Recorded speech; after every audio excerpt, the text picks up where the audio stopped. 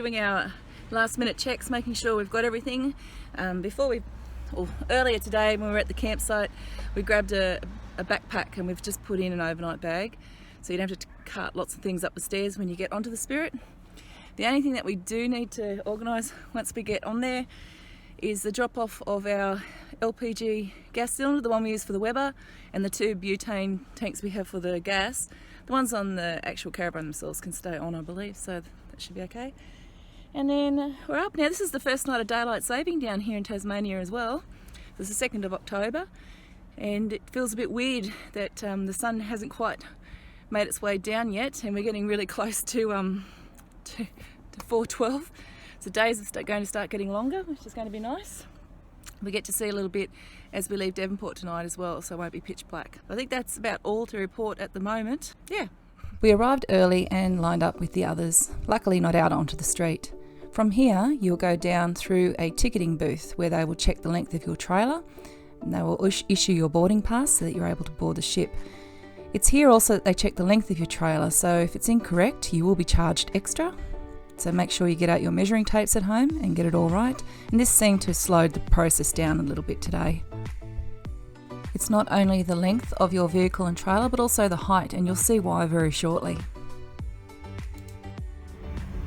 Lining up with everybody else. We need to go down there. Get all our tickets checked.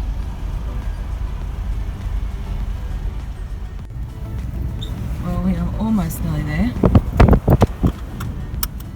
As you move your way from line up to line up, the staff will sort you according to the way that they would like you to be positioned onto the ship.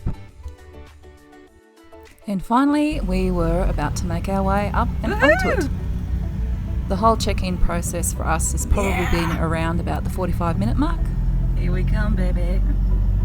Here we come, Bathurst.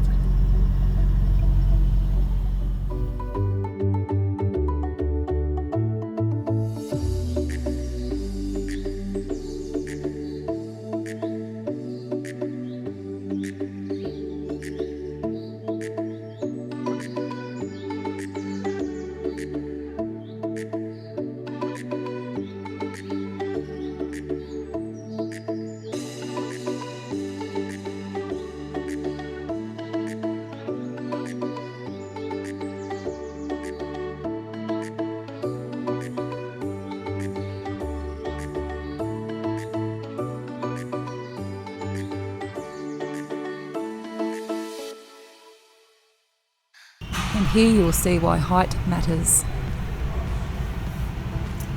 We go under because we're lower. Now I got it. Gee, it's amazing. This is like a big puzzle piece, this thing. Sure is.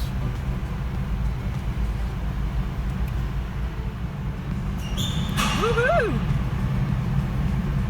Jeff can finally get out and relax in a second. We're right up the front, which is a good sign for tomorrow.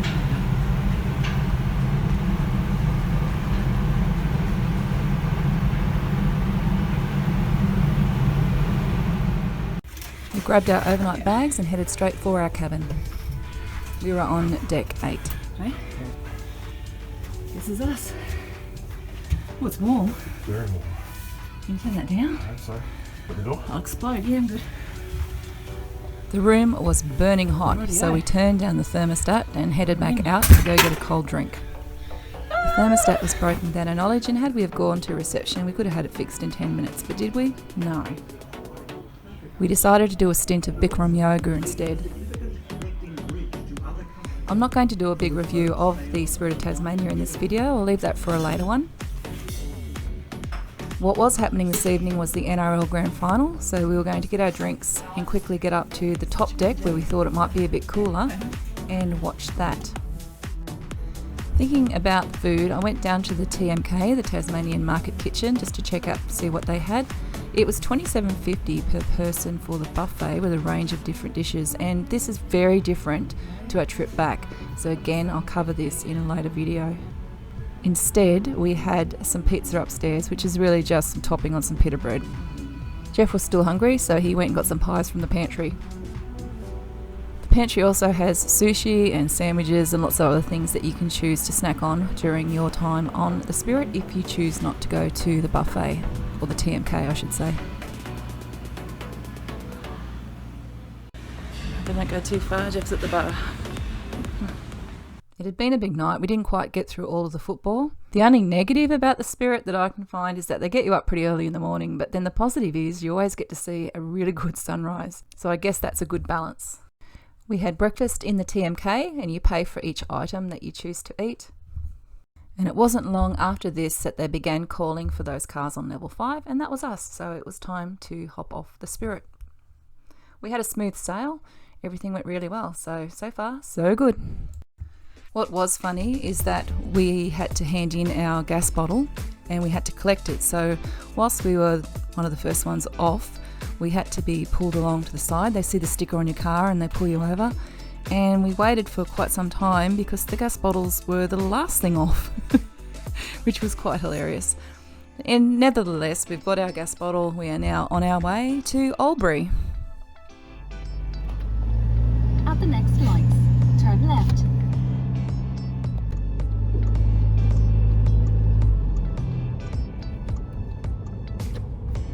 Place to park. We had the GPS, but we were also just following every other caravan that was getting off the Spirit also, hoping they were going in the same direction.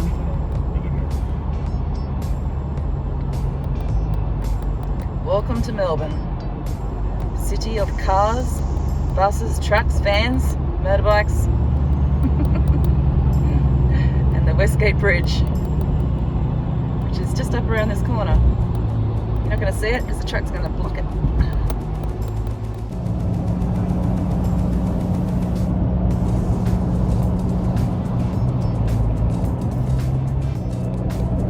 Well, we made it out of Melbourne pretty unscathed. Jeff has cramps in his toes. I'll massage them out later. He doesn't really. Just saying that. We had the GPS on. She did a good job.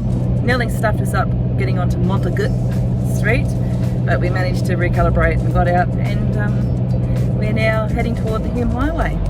Can't believe there's so much traffic. I think I've been a bit sheltered over in Tasmania for the last few years. Forgotten how busy and how much traffic's on the road over this way. And Jeff was just saying, it's only 7:30, so peak hour hasn't even started yet. Look at it. It's just crazy. All these people should ride bikes.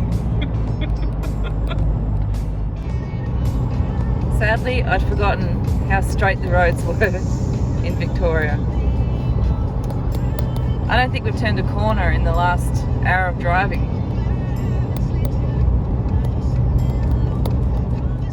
With all that driving, it was time to stop and stretch the legs, so we did this at a little town called Glenrowen. And Glenrowen is famous for something.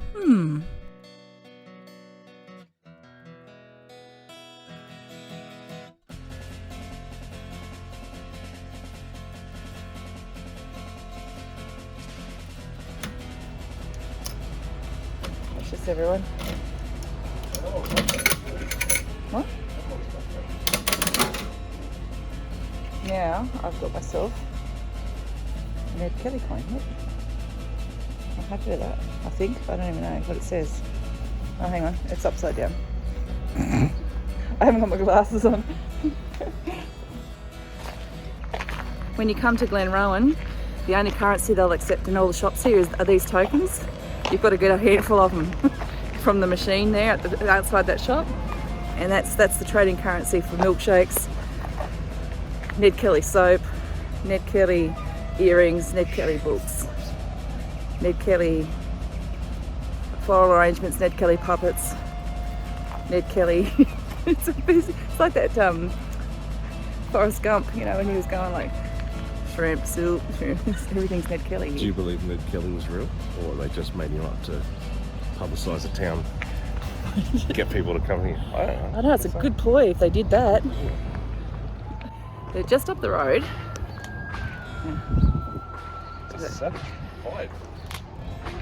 You can hear that? The train and the shots.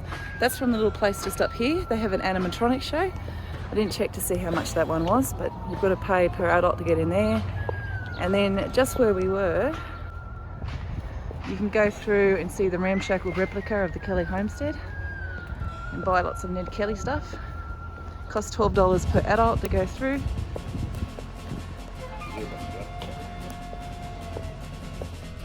I highly recommend that you do call in and check out Glenrowen. It is a terrific little town with a lot of great Australian history. I think the animatronic show is on fire. Wow, check it out. It did say it was not for wimps. So whilst at Glenrowen, you can do an historic walk of the township. They've got all of the different places marked and all the spots that you can go. Find out all about this fella, Ned Kelly.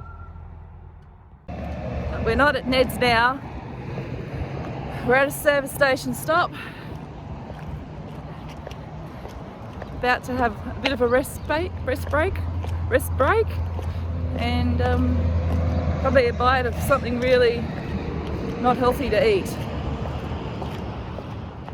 McDonald's on both sides, you know? Yeah, That's pretty normal, isn't it? I think so. We have arrived. First impressions of the Albury Big Four were fantastic. It was clean and tidy and very, very easy to access on a flat levelled block. We got ourselves set up and unhitched the A-van, and then we went off to explore. We were right next to the barbecued area, and next to that was a well-appointed pool, which looked very inviting on such a warm day as it was. Surrounding the pool were a whole bunch of cabins and other sites available for caravan and campervan use. I'm making my way back through the barbecue area now, and to my right is the amenities block, so we're about to check that out. I have no idea who this man is or why he looks so confused. There were 4 ensuite styled bathrooms with a toilet, shower and sink area. These all had keyless combination. And there were plenty of washing machines and dryers in the laundry, all running by $1 coins, which I do have to go and get a few more of.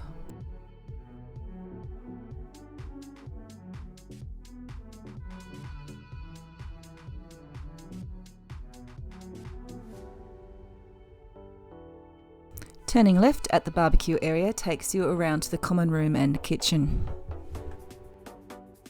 This would have to be one of the better kitchens that I've seen in any of the caravan parks that we've stayed at.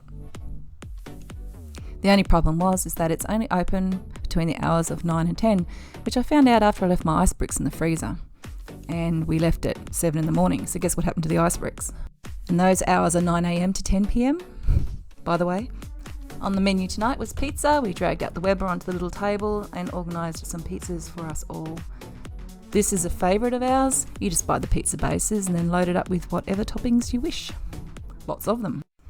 And it doesn't matter what caravan park you stay in, wherever you are in Australia, you will always meet new and interesting people. And these 3 were totally entertained by this stranger for a long time. Although I'm not sure about Corey, he seems to be interested with what's on his phone.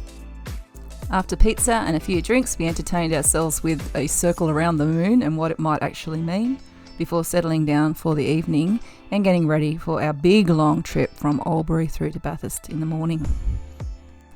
We managed to squeeze so much in today, including visiting some of my family, which was lovely.